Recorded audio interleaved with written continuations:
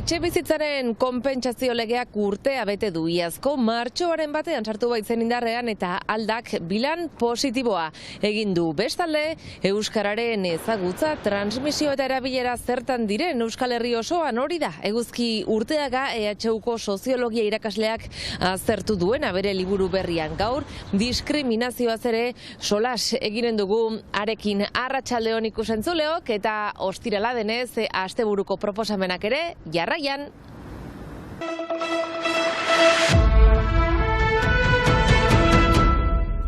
Urtebete Euskal Elkargoak konpentsazio legea indarrean sartu zuela eta aldak neurriaren eraginkortasunaz ohartarazteko zifrak jakinarazi ditu. Konpentsazio neurriaren arabera, etxe turistiko baten jabeak 120 egun urtean gehienez alokatu ahal izanen du etxea. Urte osoa jarri nahiko balu, metro karratu bereko beste bat herri berean urte osoko alokairuan jarri behar du nahita ez. Hau da, konpentsatu egin beharko du. Behauzu konpentsatu eta zure etxe bizitza, bigarren etxe bizitza balima da, hori lehen egunetik behar duzu konpentsazioa egin. Neurri berri hau indarrean sartu arte, etxe bizitza turistiko bilakatzeko eskaerak biderkatzen ari ziren. 2453-2020 urtean, gauza bera 2021 batean, bikoitza 2022an 4665 eta 2023ko martxora bitartean 250. Orotara 2603 urte pasatxoan. Iazko martxoaren batetik goiti ordea, konpentsazioa indarrean dagoenetik, 369 izan dira. Ikerketak akutsi daukute 4 urtez nola emendatu ziren mublatu turistiko horiek, eguneko 130 igan ziren, eta guti gora bera 16.000 beno gehiago ziren Abritel eta Airbnb plataformetan. Horregatik, bilan positiboa egiten du aldak, hala ere, hastapena baino ez dela diote eta etxe bizitzaren merkatua erregularizatzeko neurri gehiago eskatu dituzte.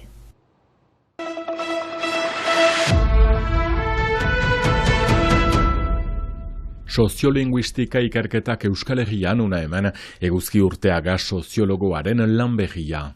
Euskal Herriko 7 lurraldeetan gure mintzaira eta bere aldeko politikak zertan diren hurbiletik aztertu du diskriminazio egoerak ere bai. Gaur egun ikusten duguna bereziki Hego Euskal Herriari dagokionez da hizkuntza diskriminazioaren inguruko diskursoaren inbertsio bat. Alegia gaur egun Espainiar hiztunek beren burua aurkezten dute diskriminatu gisa eta horren ondorioz besteak beste lan eskaintza publikoak agertzen direlarik errekurtsoak presentatzen dituzte eta hainbat kasutan tribunalek arrazoia ematen diote. Kontua da ikusten badugu adibidez elebideek edo behatokiak jasotzen dituen kexen proportzioak zein diren, 97%tik gora lotuak dira euskal hiztunek pairatzen dituzten diskriminazioei. Eta erdal hiztunek pairatzen dituzten diskriminazioak 2% inguru kokatzen dira, beraz, datu horiek argi erakusten dute zein den gehien pairatzen duen diskriminazio linguistiko komunitatea. Larmata argitaletxeak argitaratu duen liburu berrian Eguzki Urteaga euskararen transmisioaz ari da, mintzairaren ezagutza eta erabileraren artean den aldeaz ere bai. Ikusten da, naiz eta joerak diferenteak diren ezagutzari dagokionez, Euskal Autonomia Erkidegoan goranzko joera, Nafarroan mantentze joera eta Ipar Euskal Herrian beheranzko joera, hiruetan ikusten da denbora joan ala ezagutza eta praktikaren arteko tarteari handitzen ari dela. Eta horrek baditu bi esplikazio nagusi. Bata da, hizkuntza gaitasun sentimentua gutxitzen ari dela. Alegia, herritarrak geroz eta erosoago sentitzen direla espainolez edo eta frantsesez euskeraz baino. Eta orduan joera handiagoa dutela hizkuntza bioetara jotzeko. Eta gero, bigarren faktorea da, euskal hiztunen dentsitatea gutxitzen ari dela. Alegia, pertsonek norberaren inguruan diren euskaldunen kopurua gutxitzen ari denean aukera eta probabilitate gutxiago dituela euskara erabiltzeko. Eta horrek esplikatzen du zergatik naiz eta Hego Euskal Herrian adibidez eta bereziki Euskal Autonomia Erkidegoan geroz eta pertsona gehiagok euskara menperatzen duten, geroz eta tarte handiagoa da ezagutza eta erabileraren artean. Eguzki Urteaga soziologoak euskararen aldeko ekimenak aztertu ditu ere, horietan euskaraldia, gisa hortako bakarra, ahobizi eta belarri prest euskara gehiago eta maizago mintzatzeko aldaketa eragiten duen ariketa milaka laguni esker.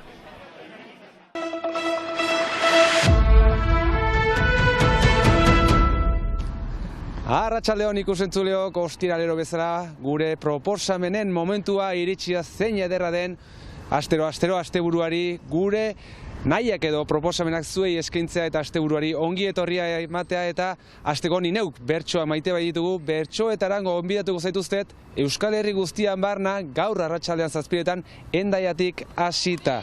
Korrika kulturalekin bat eginez, bertan arituko dira Aira Izpurua, Adrian Arruti, Manu Goionaga eta Maiane Txoperena gai jartzen berriz. Urko Kasadao izango dugu Lapurditik aldiz, kostaletik Baxinafarroara, eta ordu erdi beranduago, Isturitzen ere bertso saioa izango dugu aurrena 6:00, merkatua izango da Artetxea kulturgunean beraiek antolatuta eta baita bertso saioa ere 7:30 eta bertan Mai Sarasua, Ramontxu Kristi eta Bitor Dikoipe hariko dira kantuan eta jarraian pintxo eta tragoak ere izango dira bertaratuentzat. Eta berriro ere Lapurdira buelta, baina hau bihar larunbatean Senpereko Larraldea aretoan Amets Arzaius eta Joanes Ilarregi izango ditugu. Gogoratu Hendaiarra eta Leitzarra azkeneko Euskal Herriko txapelketan finala jokatu zutela, biak ikusteko eta entzuteko parada izango dugu Senperen, esan bezala arratsaldeko 7:00.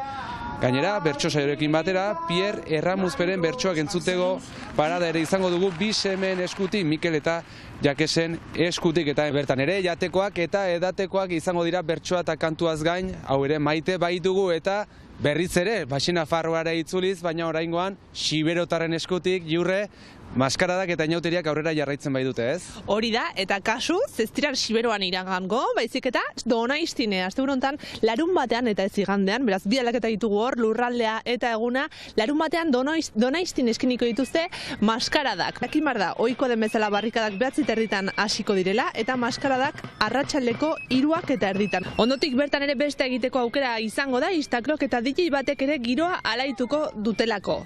Eta maskaradez gain libertzimendua ere izango dugu, baina aldi honetan Baigorrin goizeko 10:00 kabalkada hasiko da, eta 10:30 desfilea. Beraz, ikusten duzuen bezala bi hitzordu oso polit eta oso garrantzitsuak ere iauterietat gozatzen segitzeko.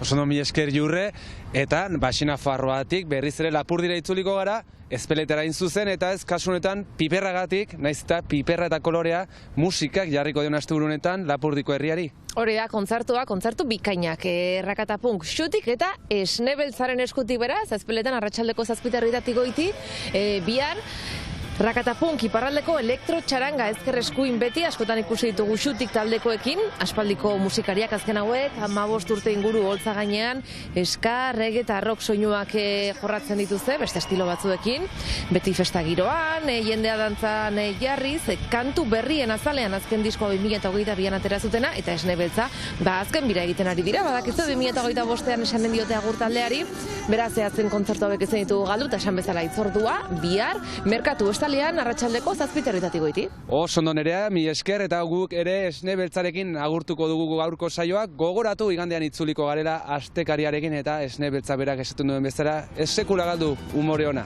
Astelen arte. Munduaren akabera izango balitz, bere errabera mina budeno jaurtiz, zure alzoan egon nahi nukezken aldiz, maitasuna marrazten.